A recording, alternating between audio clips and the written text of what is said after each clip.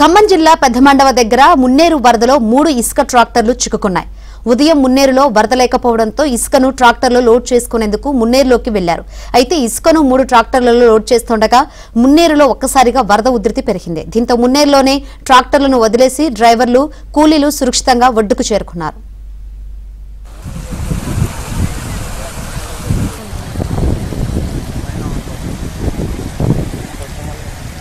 night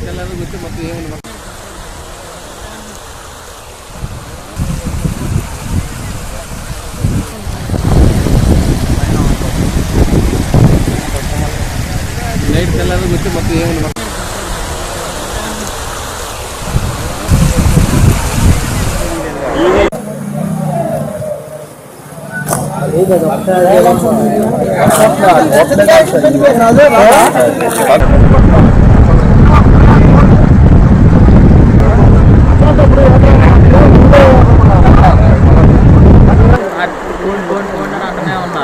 load అయి బయటకు వచ్చి